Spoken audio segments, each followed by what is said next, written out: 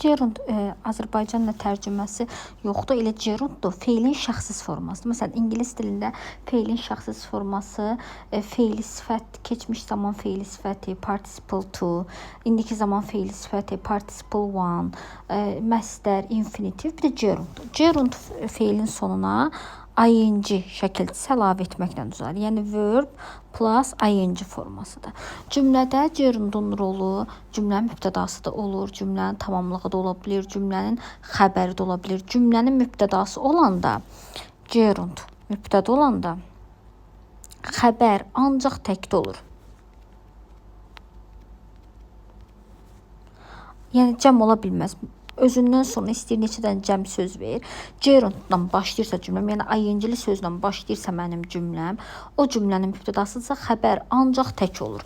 Məsələn, deyirəm reading all the books. Bax, all deyirəm, books deyirəm. Başqa vaxtı burada bu olmasaydı, all the booksdan biz xəbəri mütləq cəm verirdik. Amma bu reading başda olduğuna görə bunun xəbəri is ola bilər, was ola bilər. Yəni tək xəbər olur, cəm ola bilməz. Yəni gerundun xəbəri hər zaman təkdə olur və gerunda nə olduğunu buradan bildik ki, gerund feilin sonuna ing şəkilçisi əlavə etməklə düzəlir. Cümlənin başında olur, mübtədə olur, sonra tamamlıq. Tamamlıq olanda o bir sıra feillər vardır ki, cümlədə onlardan sonra gəlir, cümlədə tamamlıq olur və sözündən sonra gələn ing-li söz hər zaman gerunddur. Məsələn, sözünü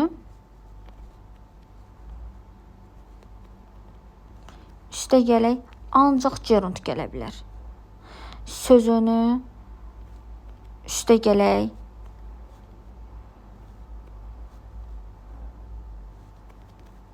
infinitiv, yəni tolu feil olmaz. Məsələn, deyirəm ki, I am interested in sözünü var, düzdür. İndi variantlar verir mənə. Birində verib go, birində verib to go, birində verib goes, birində verib məsələn went, birində verib going. Mənim burada götürəcəyim variant going olmalıdır. Nəyə görə? Çünki biz dedik ki, gerunddan sonra sözündən sonra ancaq gerund gəlir. Yəni in, on, at, from, with, for, about, yəni bütün sözünlərdən sonra gələcək söz ancaq gerund olmalıdır. Yəni bunun qaydası budur. Sözündən sonra gələn feil boşluq verilib, sənə variantlar verirsə, sən ing-lini götürəcəksən. Bir də bir sıra feillər vardır ki,